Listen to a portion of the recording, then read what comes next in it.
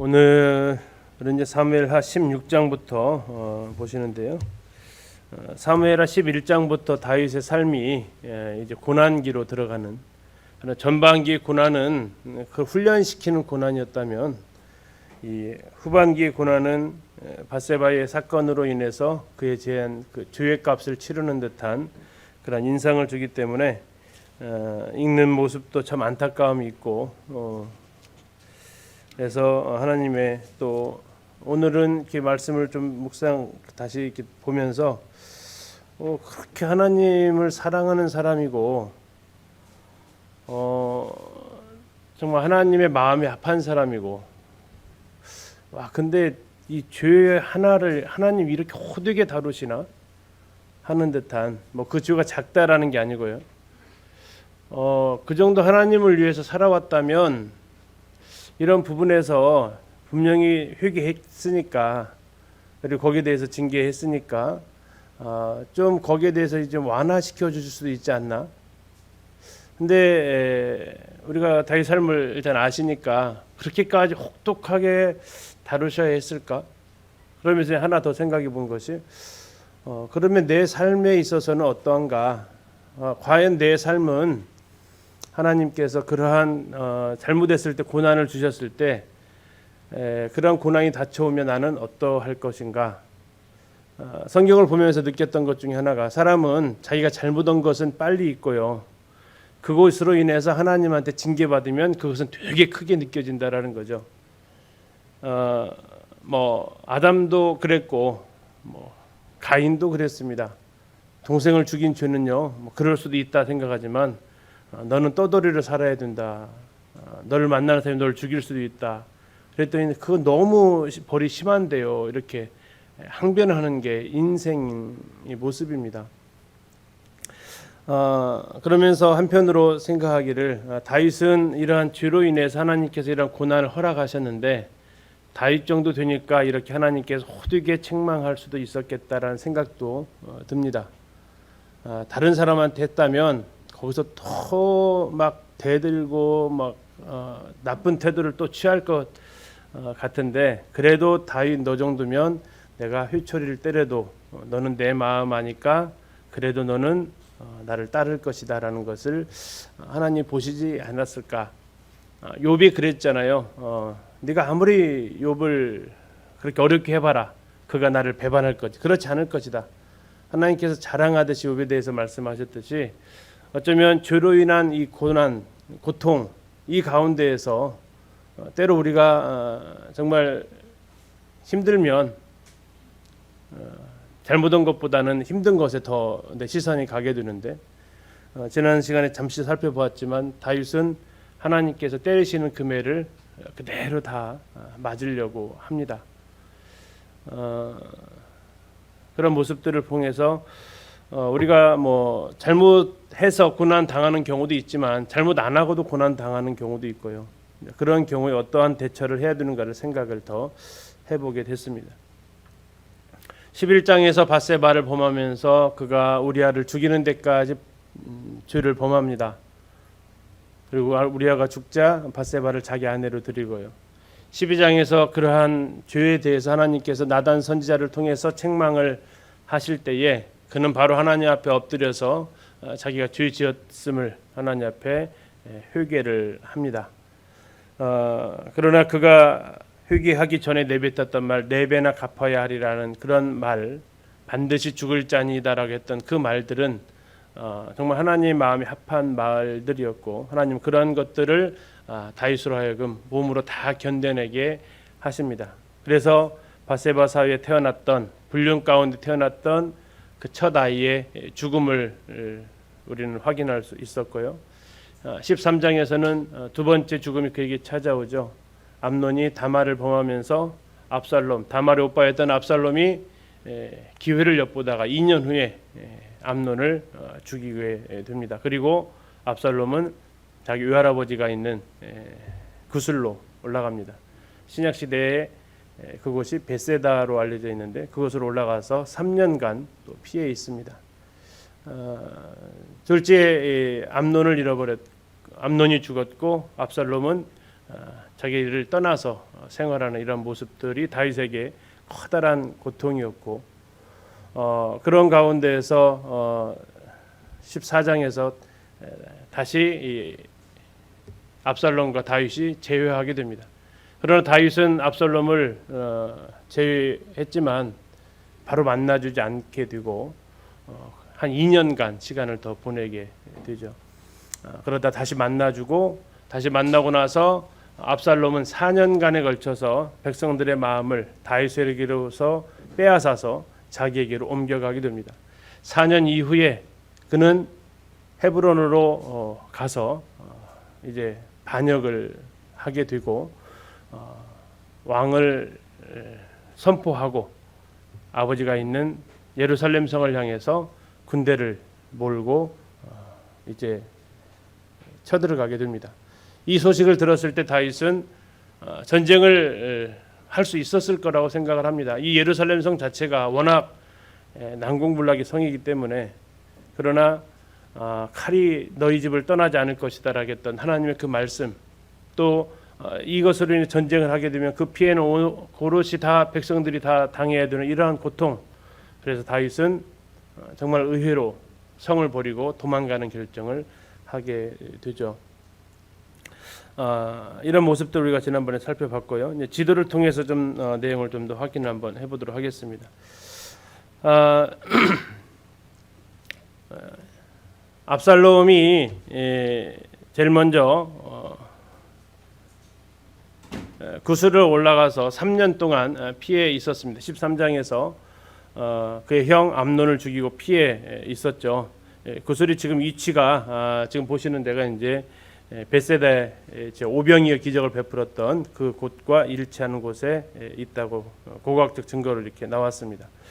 자, 그러다가 요압에 의해서 요압이 드고아의 여인을 불러서 한 명을 선택을 하죠. 드고아 여인이 지혜로운 여인을 데려다가 지금 다윗이 압살롬을 불러오지 않는 것에 대해서 잘못하고 있다는 것을 알리는 일들을 하게 됩니다. 그래서 그 여인을 데려다가 예루살렘에 있는 다윗한테 다시 데려가서 자기의 두 아들이 있었는데 한 아들을 죽였는데 그 아들마저도 백성들이 죽이려고 한다. 그래서 우리 대가 끊어지게 생겼다라는 이런 이야기를 통해서 압살롬을 만나줄 것을 요청을 하게 됩니다. 이야기를 듣고 다윗은 이거 다 압살롬이 요압이 꾸몄지, 그 사실을 알게 되고 어쨌든 압살롬을 다시 예루살렘으로 불러 올립니다. 예루살렘으로 불러 올렸지만 2년간 다윗은 그를 만나주지 않습니다. 자, 구슬에서 그렇게 아버지의 용서를 받고 싶어서 왔는데 만나주지 않으니까 자기를 데려왔던 요압을 불렀지만 요압은 또 오지도 않고, 그래서 요압의 밭에다가 불을 질러버리죠. 그렇게 해서 요압과 압살롬이 다시 만남을 갖게 됩니다. 그런 가운데 4년 동안에 백성들의 마음을 뺏고 압살롬은 헤브론으로 가서 왕의 즉위를 선포를 하게 됩니다. 이 헤브론은 압살롬의 고향이었고요, 또 조상들의 묘가 묻혀져 있는 곳이었고요, 민족적 정체성이고, 또 이 헤브론은 어쩌면 다윗 왕한테는 버림받은 도시 아닙니까? 수도가 옮겨졌기 때문에. 그래서 이 헤브론에 있는 사람들은 압살롬이 이렇게 왔을 때 반역한다는 사실을 알았지만 여기에 동조를 하게 됩니다. 그리고 길루에서 왔던 아히도벨도 함께 이 싸움에 동정을 하게 되고, 이 헤브론에서 압살롬은 이 예루살렘을 향해서 올라가게 됩니다. 예루살렘 땅이 굉장히 작습니다. 여기는 뭐 한 이틀이면 도달할 수 있는 충분한 거리가 되기 때문에 이 소식은 급하게 다윗한테 전해졌고, 다윗은 어떻게 되겠습니까? 선택을 해야죠. 싸우냐 피하냐. 다윗의 선택은 뭡니까? 피하는 걸로 선택을 합니다. 지금 지도에서 보시면 이게 지금 다윗성인데요. 이 다윗성을 크게 확대해 놓은 겁니다. 다윗이 피난 생활을 시작을 합니다. 자, 벳메르학이라는 이 지점, 이 도성의 경계, 여기에 와가지고 피난자 현황을 파악을 하고, 다음에 이들을 따라오는 사람들이 있었습니다. 사독과 아비아달이 언약궤를 메고 오니까 다윗은 돌려보냅니다. 너희들은 나 따라올 거 아니다. 예루살렘 성으로 다시 돌아가라. 그리고 또 한참 가는데 감람산 마루턱에 올라갔다고 얘기합니다. 뭐 이곳은 신약에서는 예수님이 승천하신 그 지점과 거의 일치하는 지점일 것입니다. 감람산 마루턱이니까, 감람 정상에 승천하셨으니까 이곳에서 후세를 만납니다. 다윗의 친구로 나오죠. 자, 후세도 따라가겠다고 하니까 다윗은 후세도 또 돌려보냅니다. 네가 가서 압살롬의 계략을 다 무마시켜라. 그리고 그 상황을 사독과 아비아달한테 전해라. 그리고 너희들은 나한테 유다 나루터에 있을 거니까 나한테 이 소식을 전해라 하면서 이 과정이 쭉 이어지게 됩니다. 그리고 우리가 지난번에 봤던 가드 사람 이때가 또 나타나게 되죠. 다윗이 가드에서 사울을 피해서 도망 다니고 있었을 때에 아마 다윗과 연결되어진 사람일 겁니다. 자, 오늘은 이제 16장부터 내용을 살펴보도록 하겠습니다. 자, 장소는 감람산 마루턱입니다. 마루턱은 정상이라는 뜻이죠. 감람산 정상, 신약에서는 예수님 승천하신 곳에 해당되는 장소가 되겠습니다. 자, 이곳에 누가 찾아오냐면 시바가 찾아옵니다. 사무엘하 9장에서 무비보셋을 돌아보는 일을 다윗으로부터 책임 맡았던 시바가 아주 굉장히 이 피난 행렬에 필요한 물품들을 가져옵니다. 나귀 2마리, 떡 200개, 건포도 100송이, 여름 과일 100개, 포도주 한 가죽 부대를 가져와서 다윗한테 제공을 해줍니다. 피난길에 사용하시라고. 그러면서 이제 무비보셋은 왜 안 왔냐고 물어보죠. 무비보셋은 왜 안 왔냐? 근데 이 물건을 가져온 것까지는 얼마나 참 잘했습니까? 근데 네 주인의 아들 무비보셋은 어디 있느냐 했을 때 이 시바가 무슨 말을 합니까? 지금 무비보셋은 뭐 하고 있다고 그래요? 16장 3절에 보면 이렇게 얘기합니다. 왕이 이르되 내 주인의 아들이 어디 있느냐 하니 시바가 왕께 아뢰되 예루살렘에 있는데 그가 말하기를 이스라엘 족속이 오늘 내 아버지의 나라를 내게 돌리리라 하나이다. 자, 이제 드디어 다윗의 시대가 갔고 다시 사울의 시대가 돌아왔다라고 이렇게 지금 얘기하고 있습니다라고 하는 겁니다. 무비보셋의 아들이 있었거든요. 미가라는 아들이 있었는데 대가 드디어 이제 이 아들한테 왕위를 물려줄 수 있겠다라고 지금 얘기하고 있습니다. 나중에 이 사실은 무비보셋이 다윗 앞에 서게 되면서 거짓이었음이 들통이 나죠. 무비보셋은 왜 지금 따라오지 않았다고 나중에 얘기합니까? 시바가 나를 속여버렸습니다라고 합니다. 나는 2마리 절뚝이기 때문에 나는 내 스스로 올 수가 없어가지고 나귀를 태워줘야만 오는데 시바가 나를 속이고 지 혼자 가버렸습니다. 그리고 중상모략을 했던 겁니다라고 이렇게 이야기를 19장 21절에서 하게 되죠. 아무튼 이 일로 인해서 다윗은 굉장히 마음이 어땠을까요? 거의 배반을 느꼈을 겁니다. 정말 죽어 마땅한 스스로 죽은 개라고 칭했던 그가 어떻게 이러한 마음을 품을 수 있을까 하는, 그래서 그가 취한 대책은 뭡니까? 다윗이 무비보셋에게 모든 줬던 것들을 다음 누가 가지라고 그래요? 시바한테 다 넘겨주게 됩니다. 시바는 이것을 목적으로 왔기 때문에 옳거니 하고 감사합니다 하고 받아가게 됩니다. 뭐 이 배신당하는 것만큼 참 사람 마음을 힘들게 하는 게 없습니다. 이 다윗의 마음을 한번 생각해 보시고요. 그 다음에 다윗이 이번에 이동하면서 바후림이라는 곳으로 갑니다. 바후림이라는 뜻은 바후림은 젊은이들의 마을, 남자들의 동네라는 뜻을 가지고 있는 곳입니다. 그래서 여기와 연관되어진 남자들이 꽤 있습니다. 이따 지도를 통해서 확인 한번 해보실게요. 자, 이곳에 고향인 사람이 있었는데요. 바후림 고향인 사람이 있었는데 그가 누구냐면 사울의 친족이었던 베냐민 지파 시므이입니다. 시므이가 자기 고향입니다. 자기 고향이 다윗의 일행이 피난 행렬에 오니까 그야 아마 마을 사람들이 같이 나섰을 겁니다. 나중에 이게 잘못했다고 빌려고 다윗한테 찾아갈 때 자기 혼자 가지 않거든요. 이 베냐민 지파 사람들 1000명을 데리고 가요. 상당히 영향력이 있었던 사람이 이 시므이라는 겁니다. 자, 그러면서 1000명을 데리고 용서를 빌려 갈 정도였으니까 아마 그 1000명도 여기에 가담을 했지 않았을까 싶습니다. 아무튼 다윗 피난 행렬을 향해서 먼지를 뿌리고 돌을 던지면서 시므이가 아주 저주를 퍼붓습니다. 7절을 보시면요. 시므이가 저주하는 가운데 이와 같이 말하니라. 피를 흘린 자여 사악한 자여 가거라 가거라. 사울의 족속의 모든 피를 여호와께서 너에게로 돌리셨도다. 그를 이어서 네가 왕이 되었으나 여호와께서 나라를 내 아들 압살롬의 손에 넘기셨도다. 보라, 너는 피를 흘린 자이므로 화를 자초하였느니라. 이게 시므이가 다윗을 향해서 퍼부은 저주였습니다. 가거라 가거라. 이제 네가 뿌린 대로 거두는 것이다라면서 이야기를 합니다. 자, 이 이야기를 듣고 있을 때 다윗의 심령이 어땠을까요? 좀 한번 배반을 당했죠. 누구한테요? 무비보셋한테.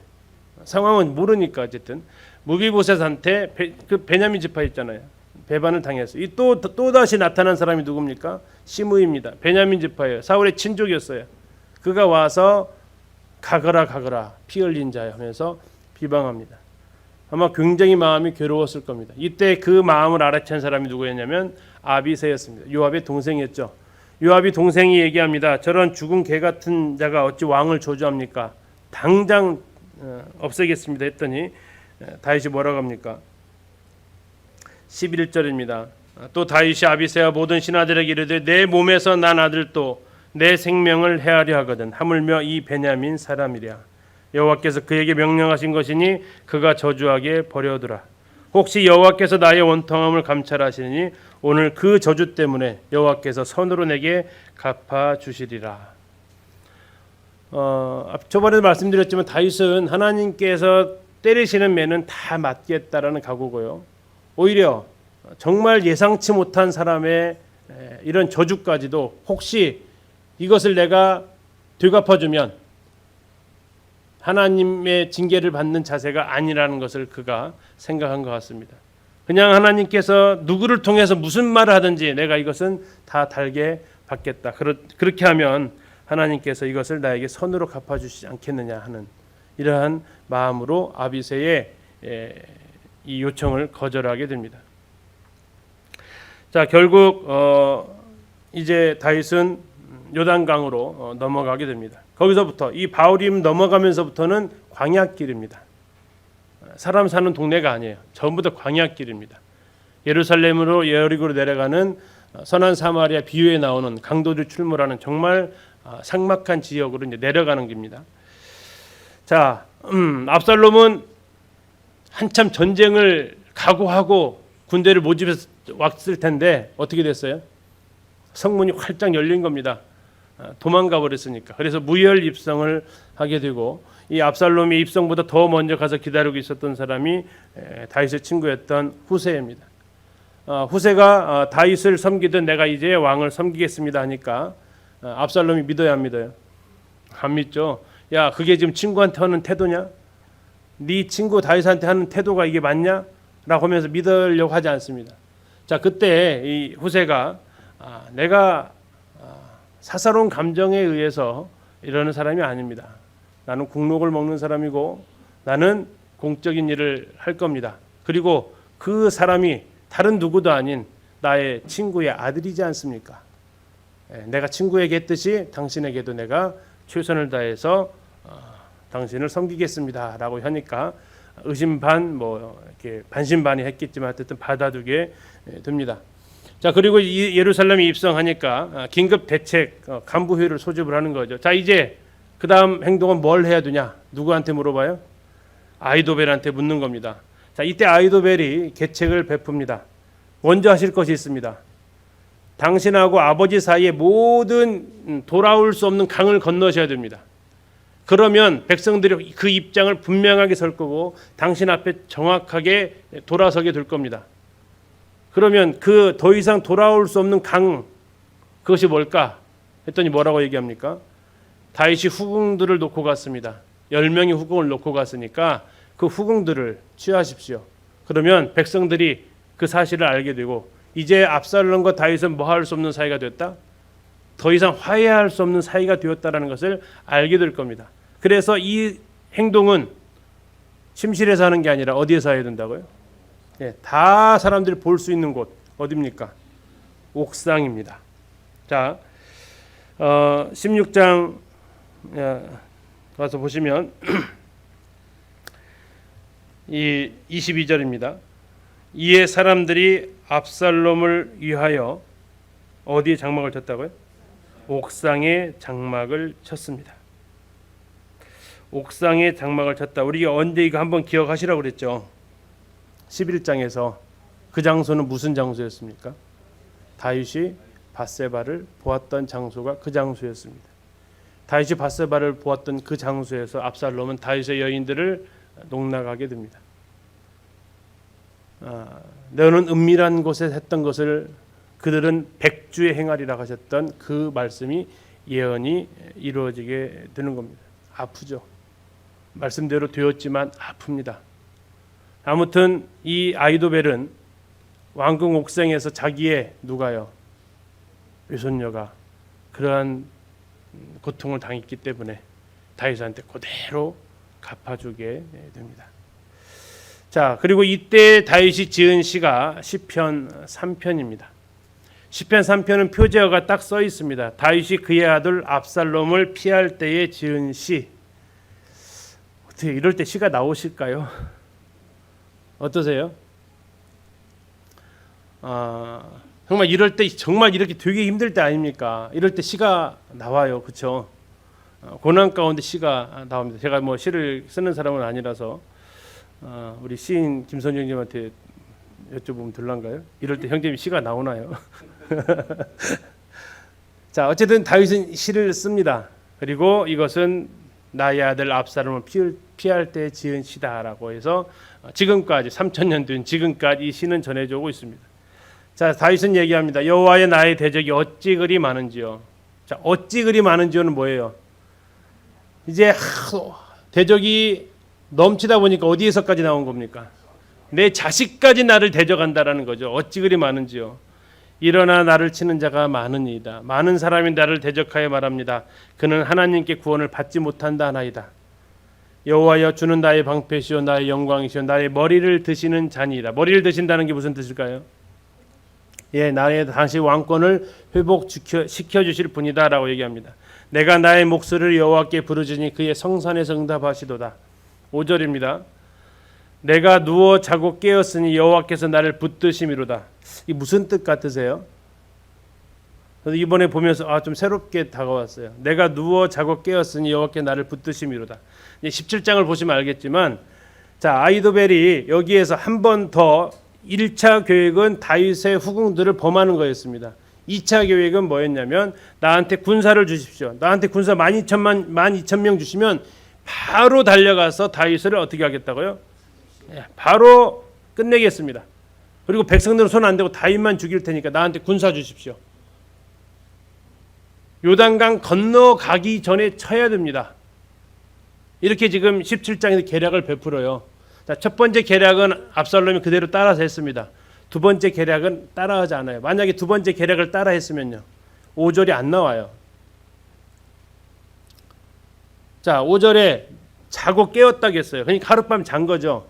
하룻밤 어디서 잤을까요? 1번 요단강 건너기 전에, 2번 요단강 건너고 나서.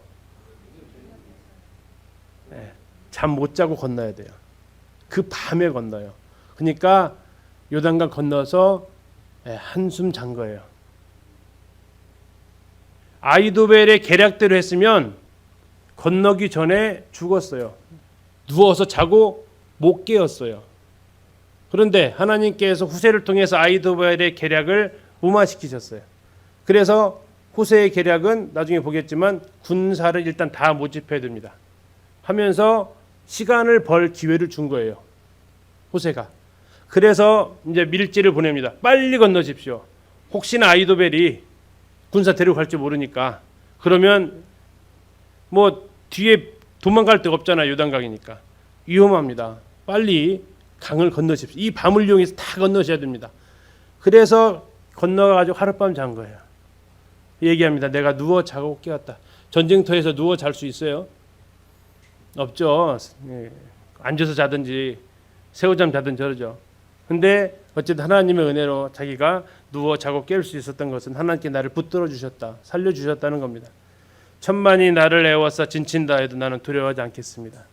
여호와 일어나소서, 나의 하나님 나를 구원하소서. 주께서 나의 모든 원수의 뺨을 치시며 악인의 일을 깎으셨나이다. 구원은 여호와께 있습니다. 주의 복을 주의 백성이 내리소서. 이렇게 지은 시가 지금 도망가서 아마 마하나임에 있을 때 짓지 않았을까 싶기도 하고요. 예, 아무튼 그렇습니다. 다 이제 17장으로 갑니다. 자, 첫 번째 아히도벨의 계략은 압살롬이 실행을 했습니다. 자, 두 번째 계략을 얘기합니다. 자, 17장 1절 보시면 아히도벨이 또 압살롬에게 이르되 이제 내가 사람 12,000명을 택하게 하소서. 오늘 밤에 내가 일어나서 다윗의 뒤를 추격하겠습니다. 라고 합니다. 자, 왕이 나설 것도 없습니다. 지금 단단히 지금 복수하고 싶은 거죠. 아히도벨의 마음이 그렇습니다. 내가 이참에 정말 한이 맺혔던 것 같습니다. 그 바세바의 그 사건은. 자, 나한테 12,000명의 군사를 가서 하면 오늘 밤에, 거기 17장 1절 나와 있죠. 오늘 밤에 다윗을 추적하겠습니다. 라고 하는 겁니다. 오늘 밤에. 쇳불도 당김에 빼겠다라는 겁니다. 자, 이렇게 계획을 들어보니까 그 아히도벨의 계략은 워낙 출중하니까 하려고 그래요. 근데 야, 압살롬이 한 가지 더 생각도 합니다. 누구도 불러봐라. 후세도 불러봐라. 자, 똑같으면 맞다. 그런데 다르면 한번 생각해보자. 비교해보자. 자, 후세를 부르니까 후세가 이 상황을 쭉 얘기를 합니다. 그랬더니 이 후세가 얘기하기를 이번에는 아히도벨이 약간 실수를 한 것 같습니다. 그럴 실수할 사람이 아닌데 이 아히도벨은 아직 왕을 잘 모르는 것 같습니다. 이 우리 왕은요 전쟁이 굉장히 경험이 많은 사람입니다. 가서 왕을 친다고요? 왕이 어디서 자는 줄 어떻게 알겠습니까? 왕은 전쟁을 익숙하게 했기 때문에 한 곳에서 자지 않습니다. 어디서 자는지를 모릅니다. 그리고 왕을 따르는 그 시위대들은 일당 배가는 사람들입니다. 만약에 우리 가운데서 치러 갔다가 우리 중에 일부가 죽으면, 우리 중에 일부가 거기서 싸우다가 패배하면 소문은 금방 퍼집니다. 소문이 금방 퍼지면 이 예루살렘에 있는 백성들이 민심이 확 돌아서 버릴 겁니다. 그래서 그렇게 공격하는 것은 좋은 공격이 아닙니다. 그럼 어떻게 하면 좋겠어? 왕이시여, 백성들이 이 마음이 다 돌아왔으니까 단에서부터 브엘세바까지 이 포고문을 보내서 군사를 모집하십시오. 군사를 몽땅 모집해서 이제 그 군대를 거느리고 대규모의 군대를 거느리고 전쟁에 가십시오.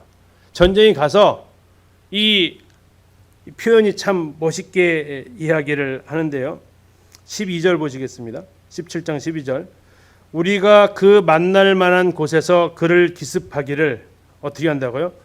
이슬이 땅에 내림같이 우리가 그의 위에 덮여서 그냥 한 번에 이슬이 안 내리는 땅이 없잖아요. 그냥 완전히 한 번에 일망타진을 해야 됩니다.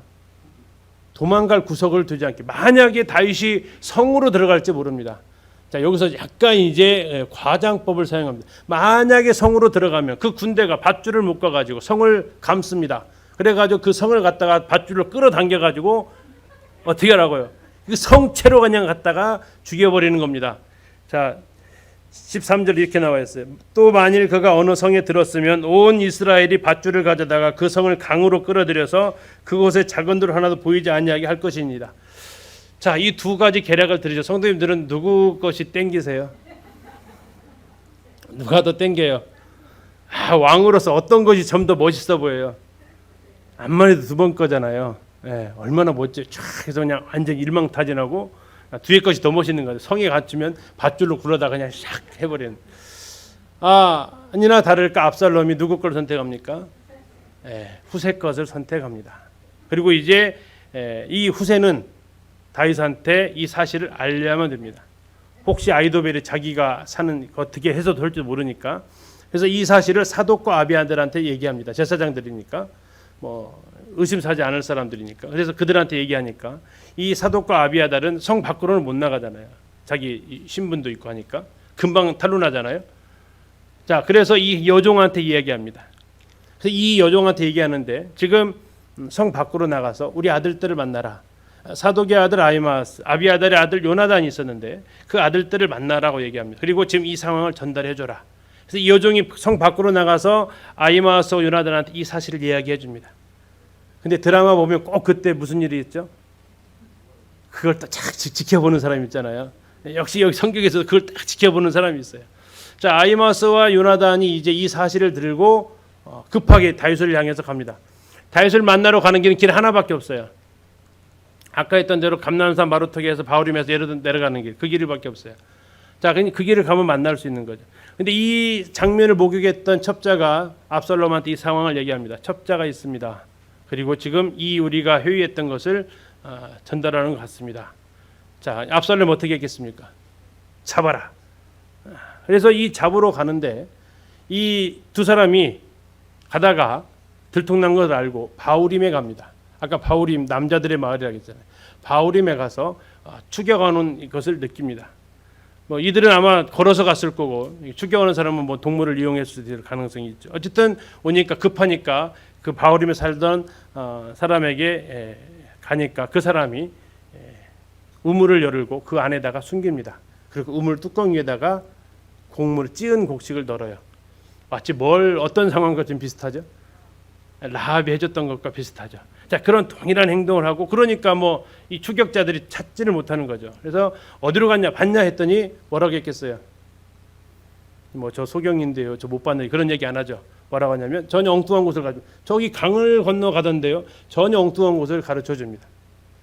자, 그러면서 가니까 다시 여기서 나와 가지고 그 두 사람 요나단과 아히마이스가 급히 다윗을 향해서 가게 됩니다. 그리고 다윗한테 이 상황을 다 얘기합니다. 뭐 하라고요? 예, 이 지금 급하게 당신은 건너야 됩니다. 라고 지금 알려주는 겁니다. 17장으로 가셔서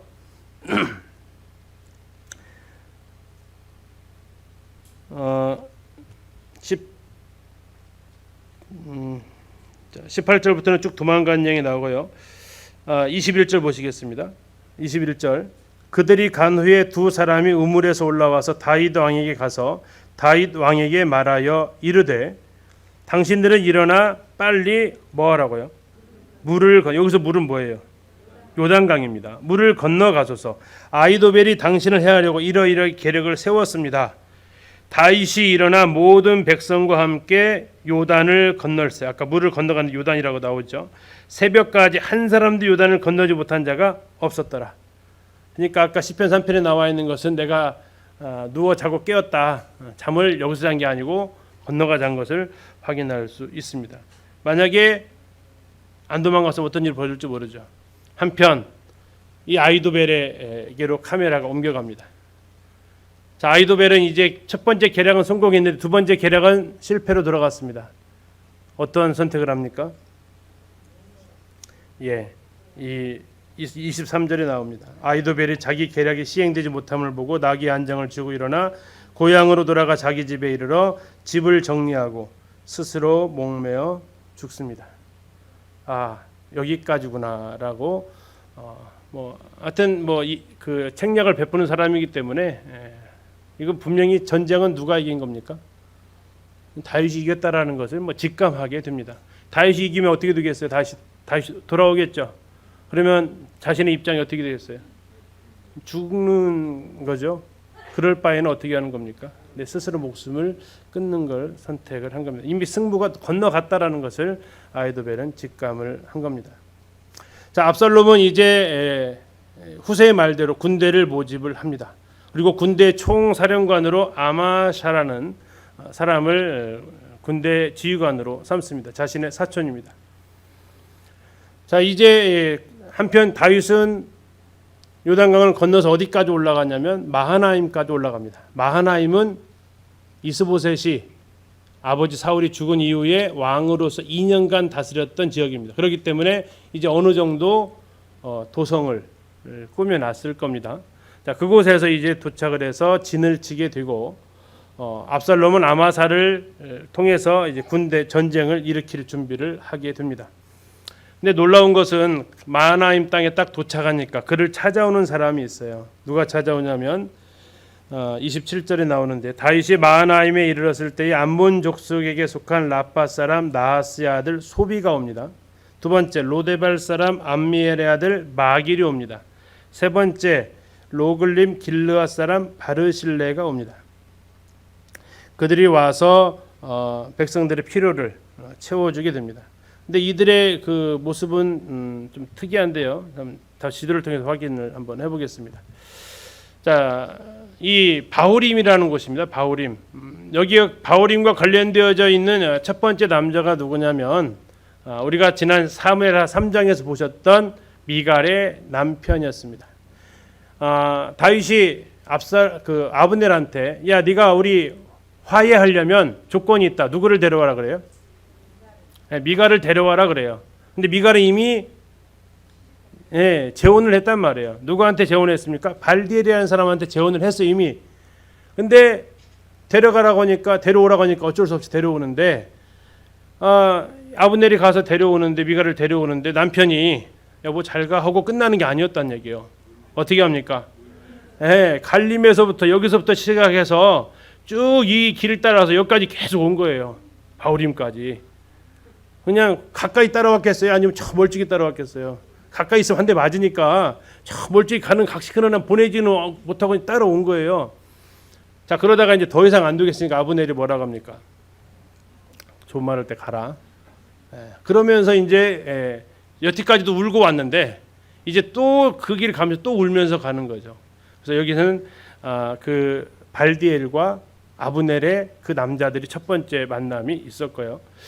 두 번째 만남은 오늘 지금 보신 그 만남입니다. 누가 찾아왔냐면 시바가 다윗에게 먹을 것을 가지고 찾아왔죠. 아까 보셨습니다. 그리고 이곳이 고향인 사람이 있었다고 했죠. 시므이가 다윗을 저주했던 곳입니다. 다윗에게 있어서 이 두 사람은 뭐의 아이콘이 됩니까? 그렇게 되면서 모비보셋과 시므이는 배신의 아이콘이 되는 장소가 이 장소입니다. 바후림은 그런 곳이었습니다. 세 번째 사람은 별로 관계는 없는데 놔두고요. 네 번째 사람들이 있는데 누구냐면 아까 달리기 잘했던 두 사람입니다. 사독의 아들 아히마아스하고 아비아델의 아들 요나단. 자, 여기서 자기를 쫓아오니까 어떻게 하죠? 여기서 숨습니다. 어디로 들어갔어요? 우물로 들어가서 피신하게 되는. 이 바후림이 이름 자체가 젊은이들의 마을이다 보니까 남자들의 사연이 많은 곳이 바후림입니다. 자, 그리고 이제 다윗의 일행은 아까 예루살렘에서 건너서 어디로 갔어요? 마하나임까지 갔다는 겁니다. 지금 지도에서 나오시는데 그런 과정을 거치는데 세 명의 사람이 찾아옵니다. 다윗을 향해서 마하나임에 있었던 세 명의 사람이 오는데 첫 번째 사람이 나하스의 아들 소바입니다. 자, 나하스가 암몬 왕입니다. 그리고 우리는 사무엘하 10장에서 암몬과 이스라엘의 싸움을 기억합니다. 이 소비의 아마 형 같아요. 그 왕이 즉위식 장례식에 다윗이 신하를 보냈을 때 수염 어떻게 깎았죠? 이렇게 깎았잖아요. 다음에 바지는요. 거기 엉덩이가 보일 정도로 잘라버렸잖아요. 숏 미니스커트처럼 확 잘라버렸잖아요. 그러면서 시작된 것이 암몬과 이스라엘의 세 번까지 가는 전쟁이 있었단 말이죠. 그런데 거기에서 지금 이 소비가 다윗을 찾아왔다니까요. 얼마 전까지 되게 싸웠던 사이예요. 물론 10여 년이 흘렀지만 이 쉬운 걸음이 아니죠. 지금 자기 형이 알았다면 어떻게 됐을 것 같아요? 이 쉽지 않은 걸음을 합니다. 두 번째 사람 암미엘의 아들 마길입니다. 자, 로드발 사람인데 이 사람은 사무엘하 9장에서 나왔던 사람이에요.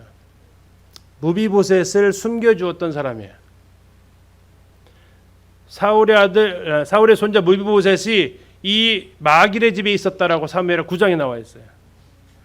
자, 그런데 다윗에게 있어서 상식적으로 사울의 자손은 무슨 사이예요? 원수 사이잖아요. 원수를 살려주는 모습을 마길은 본 겁니다. 원수를 살려줄 뿐만 아니라 그의 원수의 손자를 왕의 식탁에서 먹게 하는 장면을 본 거예요. 누가요? 이 마길이 알았던 거죠. 알 수밖에 없죠. 계속 자기랑 같이 살던 사람이 오지 않으니까 어떻게 된 거야 하면서 다 알아봤겠죠. 아마도 이 마길은 다윗의 그 인격에 아마 쏙 반했던 사람 같습니다. 그러자 이 다윗이 도망 나오는 모습을 보고 저 멀리에서까지 다윗을 찾아오게 됩니다. 그리고 또 한 사람 길르앗 사람 바르실레입니다.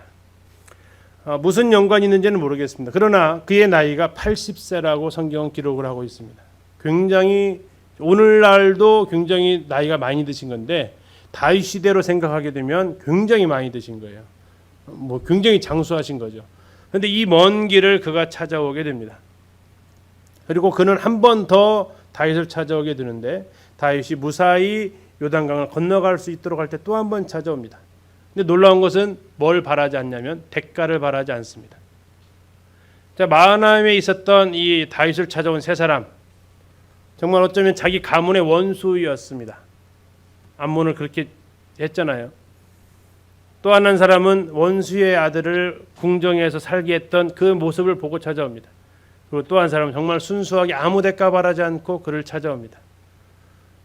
내가 어려움 당해 있을 때, 정말 뭐 경제적이든 건강상이든 어려움이 찾아 있을 때 이렇게 하나님께서 보내주시는 사람들을 경험하실 겁니다. 정말 나랑 아무 관계고 생전 처음 보는 사람일 수도 있고요. 그런 손길들을 통해서 다윗이 이제 얼만큼 위로를 받았을지를 생각해 보자는 겁니다. 다윗은 아까 세 글자 있었던 그 동네에서는 배신을 당하고 왔어요. 무슨 동네였어요? 바후림. 그런데 이곳 네 글자 이 동네에서는 그는 굉장히 위로를 받습니다. 무슨 동네예요? 마하나임. 예. 그래서 우리에게 바후림도 있지만 어디도 있어요? 아멘입니다. 마하나임도 있습니다. 하나님께서 그러한 곳에 찾아오는 사람들을 통해 우리를 위로하시며 감사를 드립니다. 자, 이제 18장 압살롬은 드디어 군대를 출전을 시킵니다. 자, 마하나임에 있었던 다윗도 군대를 출전을 시켜야겠죠. 이제 정비할 시간이 다 됐습니다. 자, 다윗이 세 개의 분대로 나눕니다. 요압이 한 팀을 이끌고 아비새가 이끌고 이때가 이끕니다. 군사가 얼마 정도 됐는지는 정확히 나와 있지 않고 백부장, 천부장을 두어서 이것을 하기 때문에 그래도 꽤 군사가 따라온 것 같습니다. 자, 그런데 전쟁에 나가는 사람들한테 다윗이 부탁을 합니다. 뭐 하지 말아라. 압살롬을 제발 죽이지는 말아라. 제발 죽이지는 말아라. 그리고 이 사실을 지휘관들한테만 부탁한 게 아니라 온 백성이 다 듣도록 이것을 이야기를 합니다. 그리고 아마 군사들이 뭐라고 대답하고 나갔을까요? 안 돼요 갔을까요? 예 하고 갔을까요? 당연히 예 하고 갔겠죠. 예 알겠습니다 하고 이제 출전을 했을 겁니다. 그리고 이제 싸움이 일어나는데 아이도벨 없는 티가 너무 납니다. 싸움을 하는데 싸움 장소를 제대로 못 선택합니다. 자, 군대가 어디가 더 많겠습니까? 압살롬이 훨씬 많습니다. 죽은 사람만 2만 명이 죽었으니까요. 도망간 사람 계산은 훨씬 많겠죠. 그러면 숫자가 많으면 예를 들어서 넓은 데서 싸워야 돼요? 좁은 데서 싸워야 돼요? 수적으로 싸우기 좋잖아요. 근데 싸움 장소가 어디냐면 에브라임 수풀입니다. 수풀. 넓어요? 장애물이 많아요? 장애물이 많다고요. 좋은 장소 아니거든요. 더군다나 다윗의 사람들은 우리 다윗 피난 갈 때 본 적이 있어요. 그 사람들은 어디서 숨어 살고 어디서 피신하고 살았죠? 숲속에서 살았어요. 아둘람 오셨잖아요. 그런 곳에서 헤레스풀. 이 수풀에서 싸우고 숨고 하는 것은 굉장히 잘하는 사람들인데 이 사람들을 대상으로 어디서 싸우냐면 에브라임 수풀에서 싸워요. 아이도벨 없는 티가 바로 나죠. 그랬더니 결국 승리는 뭐 끝납니다. 누가 이겼습니까? 다윗이 승리합니다. 압살롬의 군사가 죽은 숫자만 2만 명이라고 이야기를 합니다. 18장 7절입니다. 거기서 이스라엘 백성이 다윗의 부하들에게 패하매 그날 그곳에서 전사자가 많아 2만 명에 이르렀다. 그런데 8절에 보면 그 땅에서 사면을 퍼져 싸웠으므로 그날에 수풀에서 죽은 자가 칼에 죽은 자보다 많았더라. 전혀 수풀에서 안 싸워본 사람들이죠. 수풀에 죽은 사람이 더 많았다는 얘기는 하나님께서 이 전쟁에 개입을 하셨다라는 겁니다. 전에 드보라와 바락 전쟁할 때도 나와요. 하나님께서 우박을 내려가지고 그런 전쟁을 하셨다라는 이런 것들이 나옵니다. 하나님이 이 싸움에 개입을 하셨다라는 것을 볼 수 있고 압살롬은 패배가 짙어지자 이제 36개를 합니다. 그런데 여기가 어디라고요? 수풀이라고요. 달릴 때 별로 좋은 장소가 아니라고요. 막 달려가는데 나무 밑을 지나가게 됩니다. 그 나무의 이름을 상수리 나무입니다. 상수리 나무를 가는데 상수리 나무의 특징 중에 하나가 뭐냐면 우리나라랑 약간 틀립니다. 상수리 나무 가지가 아래로 뻗어요. 보통 나무는 위로 올라가잖아요. 가지가. 그렇죠? 근데 이 상수리 나무 가지가 아래로 내려와 있다고요. 그럼 무슨 일이 벌어져요? 걸리는 거죠. 자, 나귀를 탔습니다. 그러면 더 높아졌습니까? 낮아졌습니까? 사람의 머리의 위치가 더 높아져 있죠. 그러니까 뭐 하기 딱 좋은 겁니까? 나무에 걸리기 딱 좋은 거죠. 자, 그래서 걸려 있었는데 이 부하들이 그거 보고 왕이 했던 말 때문에 죽이지 못합니다. 그리고 요압한테 와서 보고하죠. 지금 압살롬이 대롱대롱 매달려 있습니다. 근데 왜 그걸 가만두고 왔느냐? 네가 만약에 그렇게 했으면 내가 너한테 상금도 주고 계급도 특진시켜 줬을 것이다. 군사가 얘기합니다. 나는 억만금을 준다고 해도 왕이 하지 말라고 했는데 내가 어떻게 할 수 있겠습니까? 요압은 나는 너가 참가하지 않다 해서 단창 3개를 들고 가서 압살롬의 심장에다가 단창을 찌릅니다.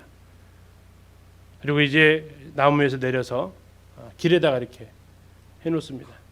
근데 이 전쟁을 하다가 막 사람들 오는데 이 압살롬한테 다 서는 거예요. 이거 왕의 아들이다. 죽이면 안 된다고 했는데 그 상황을 보고 그 군사들이 충격을 받은 거예요.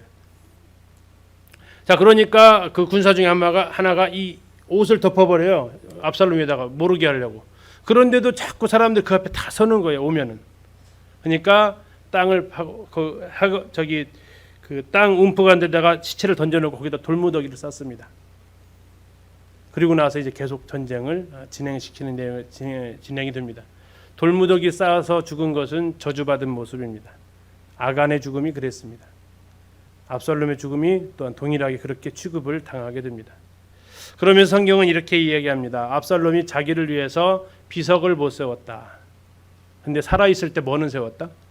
기념비를 하나 세웠다. 그리고 그 기념비는 왕의 골짜기에 있다라고 이야기를 합니다.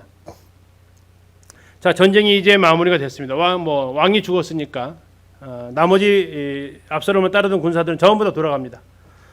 자, 요압이 이제 이 승전 소식을 다윗한테 알려야 되는데 이 분위기 파악 못하고 달리기 잘하는 아히마아스, 아까 사독의 아들입니다. 아히마아스가 제가 알려드릴게요. 야, 너는 그도 제사장이잖아. 너는 좋은 사람이니까 좋은 소식을 전해야지. 너 이 소식 가져가도 너 환영 못 받아. 아니요, 그래도 제가 가져갈게. 아니야, 됐어, 넌 가지마 하면서 외국 사람, 용병, 구스 사람을 시킵니다. 네가 가서 이 소식을 전해라. 이스라엘 말을 잘했던 거 봐, 이 사람이. 자, 구스 외국인이잖아요. 구스 사람이잖아요. 그런데 가서 전해라는 거. 그래서 구스 사람이 얘기합니다. 근데 아히마아스가 달달 볼까요? 그래도 저 가야 돼요. 제가 갈게요. 정말 원하면은 가라 했는데 이 외국 사람, 구스 사람은 지름길을 모르는데 아히마아스는 지름길을 알았던 거예요. 그래가지고 지름길로 가니까 누가 더 빨리 가요? 아히마아스가 더 빨리 간 거예요. 자, 그러면서 보는데 저 이상한 사람이 옵니다. 구스 사람이 오는 거죠. 뭔 전쟁의 소식을 가져오는 것 같습니다. 근데 저쪽에서 갑자기 안 보이던 사람이 갑자기 툭 튀어나오는 거예요. 지름길에서. 와, 저 사람 달리는 거 보니까 아히마아스입니다. 이걸 봤을 때 아히마아스는 달리는 폼이 어땠다?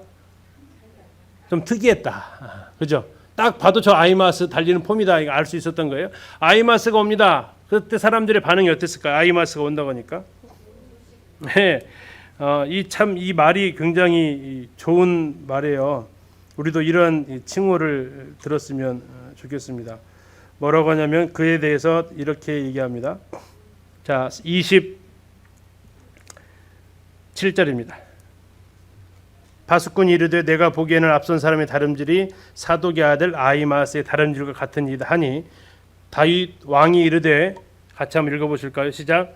그는 좋은 사람이니 좋은 소식을 가져오느니라. 얼마나 기대했을까요? 얼마나 기대했을까요? 좋은 사람이 좋은 소식 가져온대요. 좋은 소식을 전하는 우리가 됐으면 좋겠습니다. 자, 이렇게 하니까 다윗이 급하게 물어봅니다. 어떻게 됐냐? 이 아히마아스가 뭐라고 합니까? 하나님을 찬양합니다. 왕의 대적들을 넘겨주셨습니다. 아니, 그거 말고 뭐가 궁금해요? 내 아들은 어떻게 됐냐고. 아히마아스가 알아요, 몰라요? 알거든요. 근데 말은 못해요. 참아. 근데 그 뒤에 이제 말 헐레벌떡 뛰어놓은 녀석이 그 군사 하나 더 있었잖아요. 구스 사람. 이 구스 사람이 이제 얘기를 하는 겁니다. 어떻게 됐냐 하니까 원수를 하나님이 다 갚으셨습니다. 그거 말고 압살롬 어떻게 됐냐고. 이 구스 사람이 하는 말을 보십시오. 32절입니다. 왕이 구스 사람에게 묻되 젊은 압살롬은 잘 있느냐? 구스 사람이 대답하되 내 주 왕의 원수와 일어나서 왕을 대적하는 자들은 그 청년과 같이 되기를 원하나이다. 무슨 말입니까? 죽었습니다라는 겁니다. 죽었습니다. 자, 이 이야기를 들으니까 다윗이 승전보의 기쁨 소식은 뒤로 하고 아들 죽은 소식만 그에게는 온통 차지하게 됩니다. 33절 왕의 마음이 심히 아파 문 2층을 올라가서 우니라. 그가 올라갈 때 말하기를, 자, 압살롬 몇 번 나오나 보십시오. 내 아들 압살롬아, 내 아들 압살롬아, 차라리 내가 너를 대신하여 죽었다면 압살롬 내 아들아, 내 아들아 하였더라. 압살롬 몇 번 나왔어요? 3번. 아들은요? 내 아들 몇 번 나왔어요? 5번. 그 얼만큼 그에 대해서 슬퍼하고 있는지를 보여주는 거죠. 자, 지금 이 나무가 요르단에서 자라고 있는 상수리 나무입니다. 상수리 나무. 커요, 작아요? 네. 여기서 지금 저 안에 보면 누구 한 명 있어요. 보이세요? 안 보이세요? 안 보이세요? 여기 있잖아요, 여기. 예.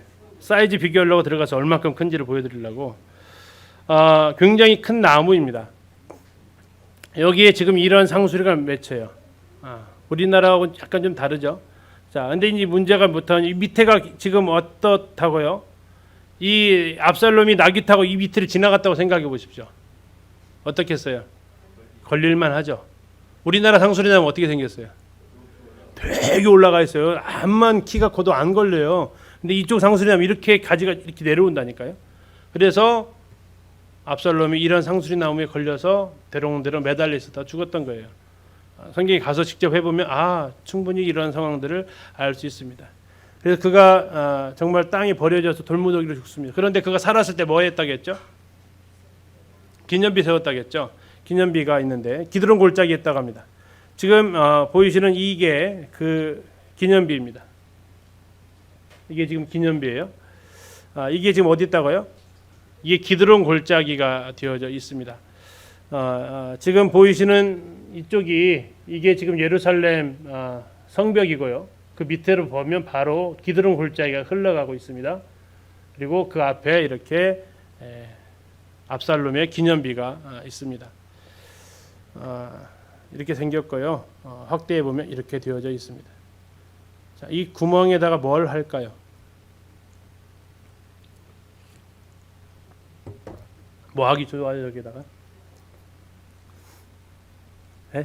안 해보셨어요? 저희들 가면 여기서 퍼포먼스를 2018년도 했었는데 여기다 돌 집어던져요. 왜 집어던질까요? 압살롬처럼 되지 마라. 아버지한테 대들지 마라. 아버지한테 반역하지 마라 하면서 자녀 교육을 하러 일로 데리고 오는 장소 중 한 군데라고 얘기합니다. 아버지한테 반역했다, 아버지한테 대들었다 이렇게 된다 하면서 여기 자녀들이 있는데 아버지한테 대들었다는 어떻게 된다고? 저렇게 된다 해가지고 저 구멍에다가 돌을 많이 사람들이 오면 집어넣는다고 합니다. 근데 이게 압살롬이 세운 건 아니고요. 성경에 나온 기록을 가지고 하나를 이렇게 세워놔서 한 겁니다. 뭐 3,000년 되지 않았습니다. 한 1,000년밖에 되지 않았습니다. 그래도 꽤 됐잖아요, 그죠? 자, 그럼 10분 쉬었다가 이제 다윗이 왕궁으로 돌아오는 것을 같이 보도록 하겠습니다. 10분 쉬겠습니다.